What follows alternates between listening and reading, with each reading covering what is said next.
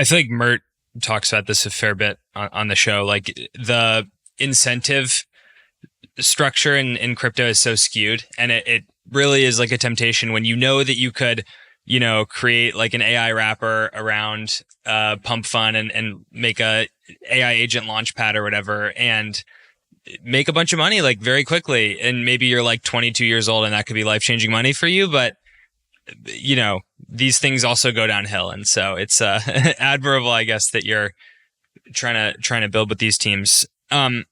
Maybe I'll pivot into a question on that then. There's like an adage in the industry that the two things that have PMF are speculation and stablecoins.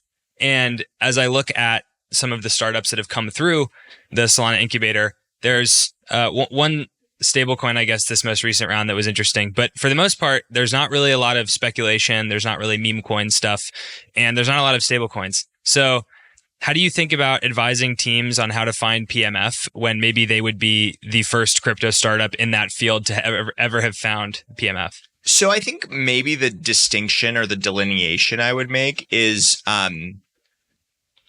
between ideas that are built specifically for the crypto audience versus ideas that are using crypto as infrastructure, but aren't specifically for the crypto audience. And that delineation, like a lot of the crypto specific ideas that are out there, I think a lot of them are sort of speculation based, and a lot of those folks have been successful.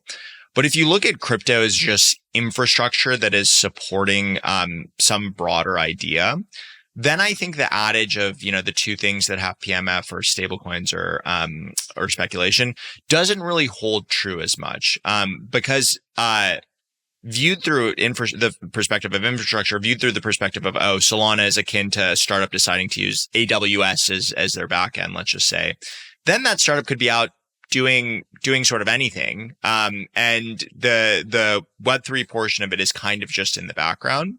And I think we saw that with this past cohort where we were really focused on real world use cases for this cohort, which is use cases that kind of aren't expressively for the crypto audience specifically. And because of that, you have startups tackling a lot of different verticals and verticals often that, their core competition isn't other Web3 companies, but it's actually Web2 companies. And so that's where I think, you're able to see examples of companies going out and tackling things where a lot of other companies have gotten PMF around that thing that they're tackling. It's not a crypto specific thing, but maybe crypto opens up better ways to solve that problem for the end user. I know there's also, I forget who said this, but basically like startup founders will sometimes think about, oh, hey, there's this existing market and I'm going to go win this existing market, versus it can actually be a better move to say, we're creating an entirely new market, or we're going to take this small market and make it much bigger with our product. How do you talk to some of these founders that are building in admittedly like a tricky space, like actually trying to do real things in the real world is tough? How do you advise them on like finding their market and then trying to sell into it?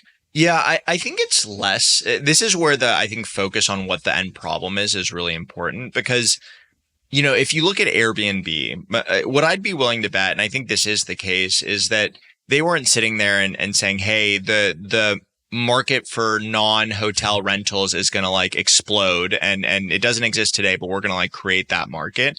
Maybe implicitly in the back of their heads, they thought that, but they were really like, hey, I would love to be able to go to a new city and crash on someone's couch. And I can't do that today. And that was the problem they were trying to solve. And in the process of solving that problem, they kind of backed into this much bigger opportunity.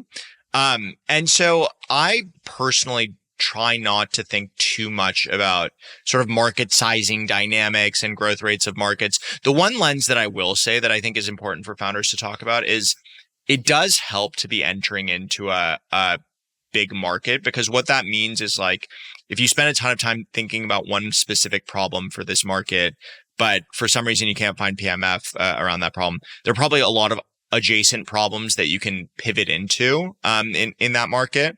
Whereas if you're in a much smaller market or a non-existent market, let's use the Airbnb example. Let's say the founders of Airbnb found that actually people don't want to stay at these sort of couch type things, and they don't want to stay at people's houses. Let's assume a world where actually people's inherent desire was to stay at a hotel.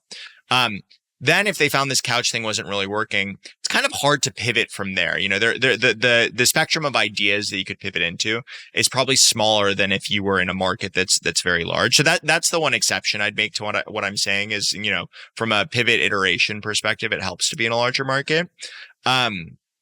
But generally speaking, if you have conviction in the problem you're solving, there's enough human beings in the world to believe that, other people probably have that problem as well.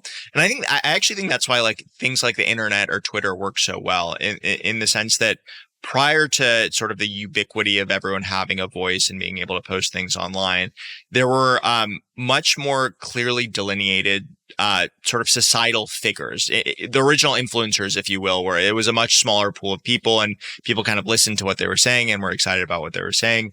What the internet has sort of proven is that we all have our own different interests and niches and ways that make us different from other people.